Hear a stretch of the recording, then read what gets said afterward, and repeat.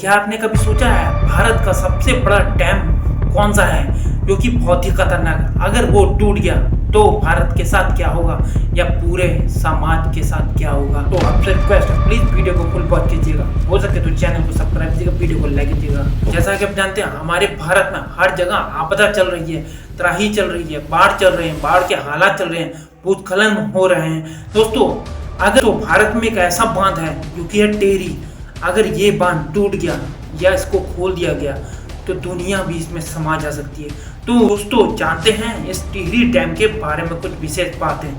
दोस्तों फिर चिंता हुआ सवाल, केरल में पैदा हुए हालात को देखकर एक बार फिर सवाल उठने लगा है, अगर कभी टिहरी डैम टूटा तो क्या मंजर और हश्र होगा?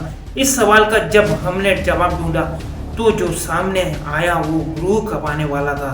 और ये सवाल तब और पुख्ता हो जाता है जब कई रिपोर्ट्स में इसकी सुरक्षा को लेकर सवाल उठाए जा चुके हैं। टिहरी में डैम बनाने की योजना की शुरुआत 1949 में शुरू हुई थी।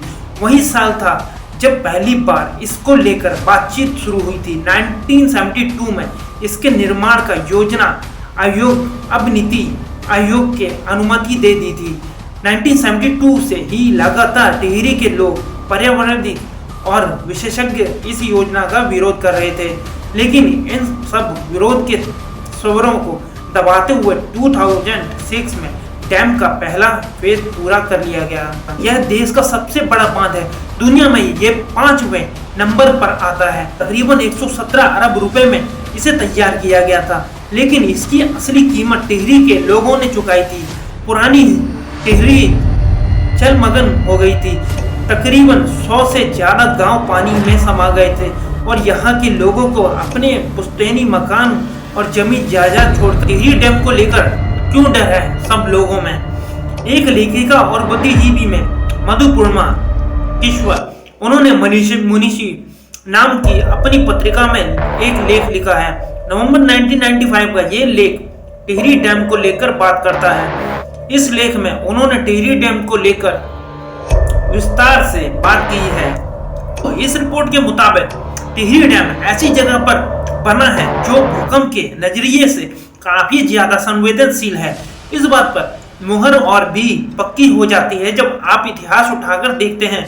गढ़वाल क्षेत्र में 1916 से 1991 के बीच 17 से ज्यादा भूकंप आ चुके हैं। इनमें एक बार छोटे छोटे भूकंप शामिल नहीं है। अब जानते हैं अगर कभी टूटा टिहरी डैम तो क्या होगा, क्या हालात होंगे देश के? अगर कभी टिहरी डैम टूटा तो किसी भी वजह से, तो इससे होने वाली हानि की आप कल्पना भी नहीं कर सकते।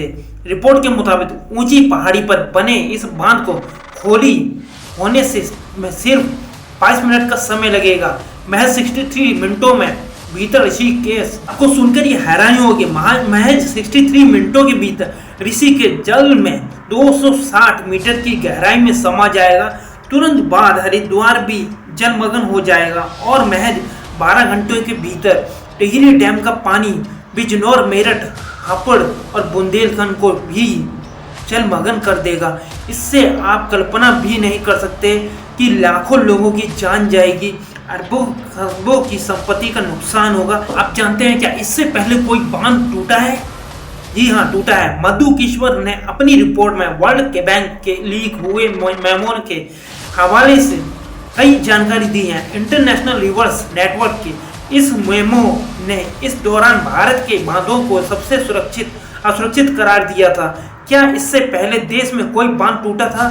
तो ये सवाल अभी भी बताते हैं। मोरबा आपदा नेटवर्क के अपनी रिपोर्ट में मोरबी आपदा का जिक्र किया है। बात है 11 अगस्त 1979 की। इस दौरान भारी बारिश के चलते गुजरात में बाढ़ आ गई थी। मच्छू नदी पर बने इस बांध को भी बाढ़ ने अपना शिकार बना लिया था। बांध इतनी भयावह था कि यह बांध पूरी तरह से धराशायी हो गया। इसने नजदीक सट्टे इलाके मोरबी को तबाह करके रख दिया था।